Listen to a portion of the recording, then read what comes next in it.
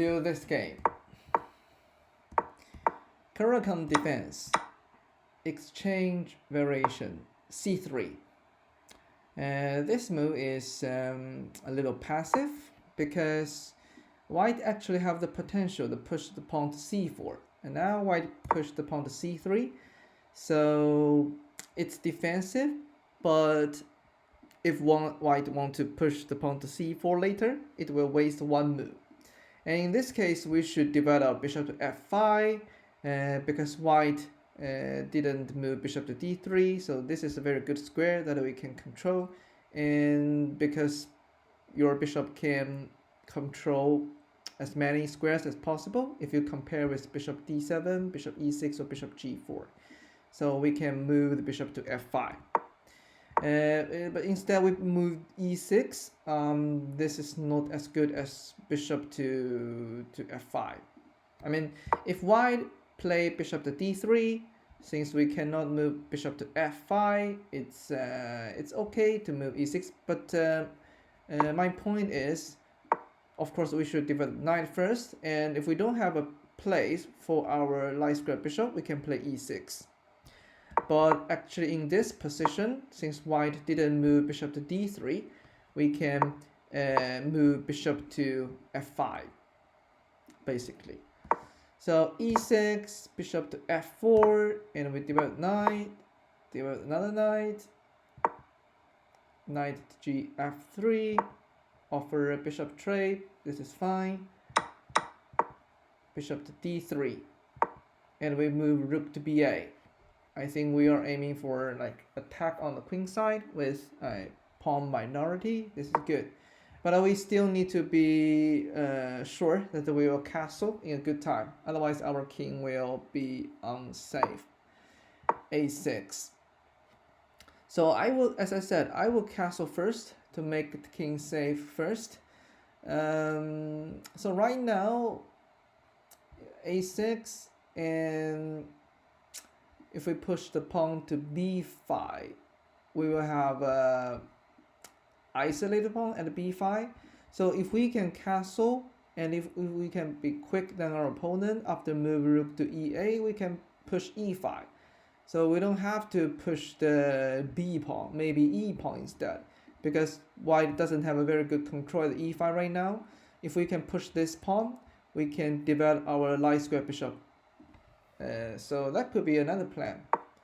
So a6, queen e2, and we castle. Yeah, so right now white has a very good control of the e5. It's really hard to push the pawn. So we need to think about any way we can. Yeah, also b5 is controlled. The queen e2 is a very good move actually. So let's see, rook to e8, rook to e1, bishop to d7, divide the bishop, knight to b3. I think knight c5 is coming. Now white has a very good control of the center. We push the e pawn.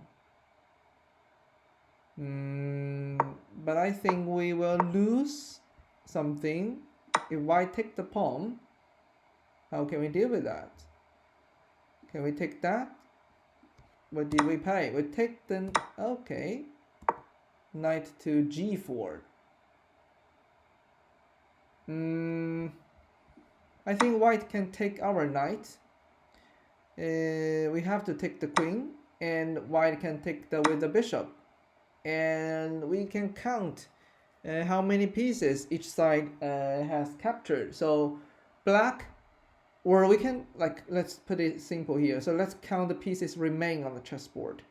So black has a queen, a rook, and a bishop. So basically white also have a bishop, a rook. So basically white has two knights plus a rook versus a queen. So how many points does a queen have? That is 9. How many points of two knights?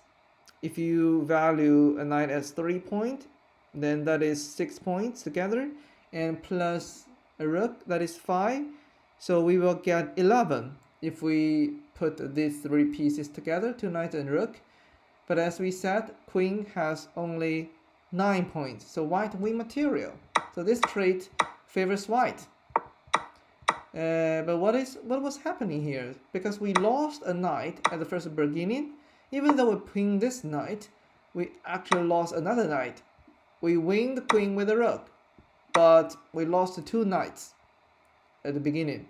So that's actually losing material. But our opponent didn't realize that. It's not easy to calculate because it involves a lot of calculation. So both sides fail to find the precise moves. We take knight back. It's very lucky for us. And white take 1 pawn back. Bishop take this pawn. Yeah, that's good. We can win the pawn. And knight to d4. Bishop back. I'm thinking back to d7 or d7 is good. If we move to b7, if bishop moves to d7, we can control this to diagonals. So this is something we can be very defensive. For example, this couple squares are very dangerous if white move pieces to this square. So it's good that we move bishop to d7. That's a very good move. Knight to f5. Queen to g6, that's good. Ping the knight, check. Ooh, we win. Oh no. We exchange pieces, but our queen become very active after the trade. Queen to d2, that's good move. Rook, queen to e7, and win the pawn, it's good. And queen to c7, rook f8. Yeah, that's the safest square. And queen to c5, queen to d2, that's very accurate. Protect the pawn and attack the rook. Queen to e3, exchange. Now we have the rook pawn endgame. b5, b3, activate the king, very important.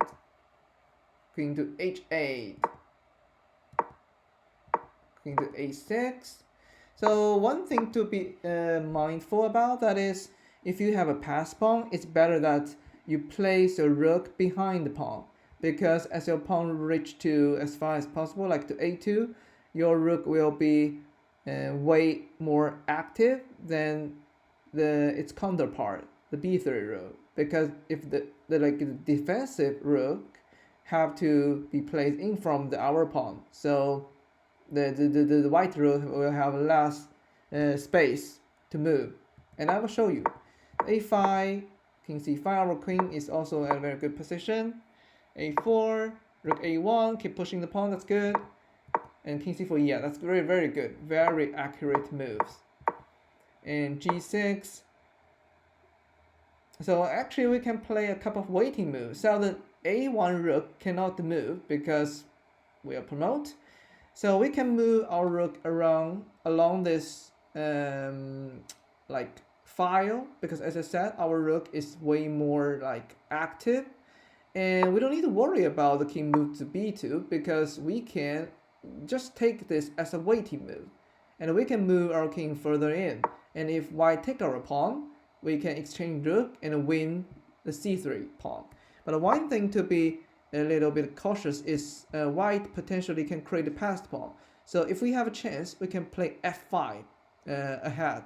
Then white doesn't have a possibility to create a passed pawn.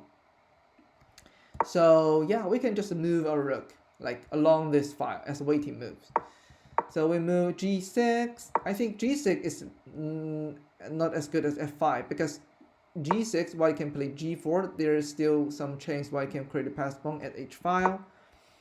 And rook a3, h5, check, and rook back, h6. Yeah, we have a very good. I think white should move king to the queen side, but in this case, our queen can step in and later rook king b3. And this is so good.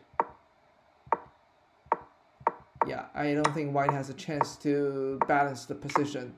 Yeah, and then black is winning. So I think we are playing very accurate after we trade, or after the bishop and knight trades. Yeah, in this